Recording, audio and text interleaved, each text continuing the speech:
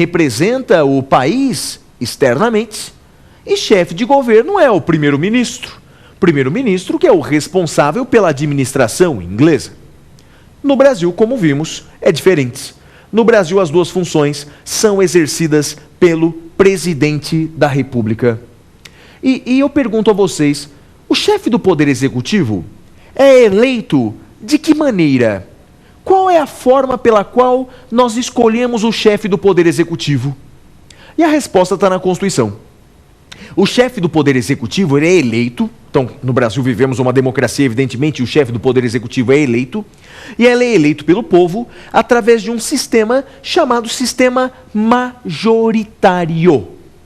Isso mesmo, sistema majoritário. É o mais simples dos sistemas eleitorais, sistema majoritário. Em princípio, no sistema majoritário, ganha quem tiver o maior número de votos. Esse é o sistema majoritário. Mas cuidado, não é tão simples assim. Existem duas espécies de sistema majoritário. Existe o sistema majoritário com maioria absoluta e o sistema majoritário com maioria simples. Qual a diferença? É fácil. Sistema majoritário com maioria absoluta é aquele em que o candidato, para ser eleito, tem que ter mais da metade dos votos válidos. Repito, sistema majoritário com maioria absoluta. Para o candidato ser considerado vitorioso, tem que ter mais da metade dos votos válidos. Como é que eu sei? Alguém poderia perguntar que aquele cargo é eleito pelo sistema majoritário com maioria absoluta. É fácil. Basta verificar se naquele cargo, se naquela eleição, é possível o segundo turno. Naquelas eleições em que ocorre o segundo turno, para aqueles cargos em que se exige muitas vezes o segundo turno, aí você encontra o sistema majoritário com maioria absoluta. E quando vai acontecer? Quais são os cargos do Executivo eleitos com esse sistema? Presidente da República.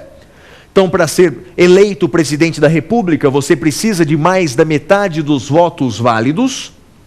Governador de Estado e governador do Distrito Federal também. Você precisa de mais da metade dos votos válidos. Se não forem obtidos no primeiro turno, teremos segundo turno. E prefeito? Alguém poderia perguntar, prefeito também eleito pelo sistema majoritário com maioria absoluta?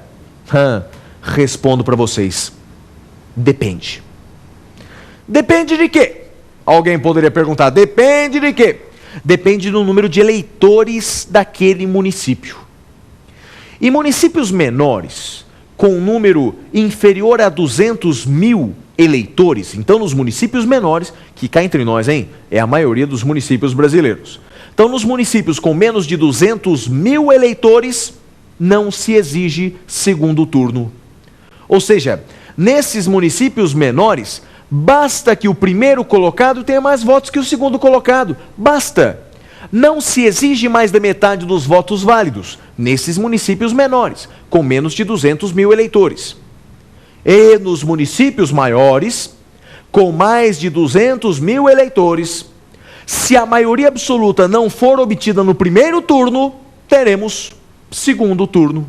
Ou seja, maioria absoluta é exigida, nesse caso, do prefeito nos municípios com mais de 200 mil habitantes. Então, se alguém certa vez lhes perguntar qual é o sistema eleitoral dentro do Poder Executivo, a resposta primeiramente é sistema majoritário.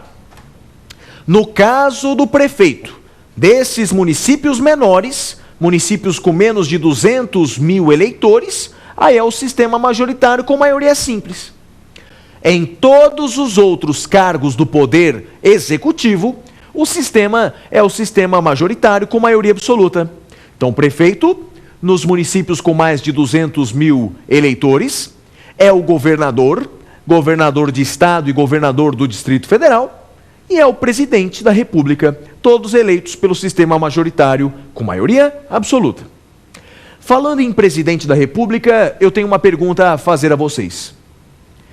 Qual é a linha sucessória da presidência da República? Esse é um dos mais importantes temas dentro do direito constitucional. Saindo o presidente da República, quem assume o seu lugar? Veja, isso pode acontecer tanto na saída temporária do presidente da República. O presidente vai fazer uma viagem internacional, a Constituição diz que naquele caso a sua substituição é necessária, e também ocorre na sua saída definitiva. O presidente, por exemplo, pode falecer, renunciar, ser condenado num processo de impeachment. Quem assume a vaga de presidente da República? Qual é a ordem nessa linha de sucessão presidencial? Bem, fácil. Depois do presidente da República, vem o vice-presidente da República. Depois do presidente, o vice-presidente. Aliás, ambos compõem uma mesma chapa. Aquela chapa é eleita conjuntamente, presidente e vice-presidente da República. Depois do vice-presidente, quem é o próximo na linha sucessória? Presidente da Câmara dos Deputados. Então, primeiro vem o presidente, depois o vice-presidente, depois o presidente da Câmara dos Deputados. Por um motivo muito simples. A Câmara dos Deputados é a casa do Congresso Nacional que representa o povo. Então, ninguém melhor do que o chefe da Casa do Povo para estar em terceiro lugar na linha sucessória. Depois do presidente da Câmara, quem vem na linha sucessória? Presidente do Senado. Presidente do Senado. E se o presidente do Senado, por algum motivo, não puder assumir, quem assumirá a presidência da República? Presidente do STF. O ministro-presidente do STF. Portanto, guarde essa linha sucessória da presidência da República. Depois do presidente da República vem o vice-presidente.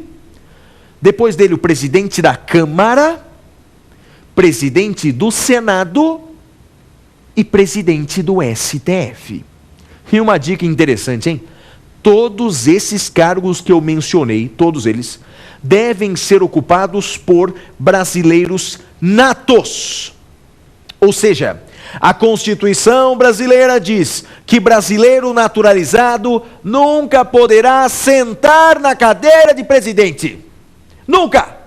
Brasileiro naturalizado nunca pode sentar na cadeira de presidente. Então, só realmente brasileiro nato pode chegar até a presidência da República. Tudo bem, meus amigos? Tranquilo até aqui? Quais são as atribuições do presidente da República? Quais são elas? Fácil. As atribuições do presidente da República estão todas lá no artigo 84 da Constituição Federal.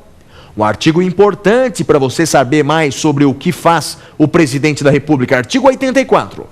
Mas lembre-se, esse rol que lá está não é um rol taxativo.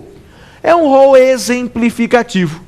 Mas é importante conhecer várias atribuições do presidente. Quer ver algumas delas? Primeiro, o presidente, ele é o chefe da administração federal. E nessa função de chefe da administração, ele pode nomear e exonerar ministros de Estado. Pode fazer isso livremente. O presidente, então, ele pode nomear e exonerar ministros de Estado. É uma de suas atribuições. Quer ver uma outra atribuição importante do presidente? Ele pode declarar a guerra e celebrar a paz. Claro, com a anuência do Congresso Nacional.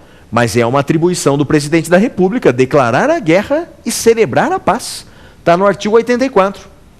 Também compete ao presidente da República decretar intervenção federal, que é a intervenção da União em algum estado ou no Distrito Federal.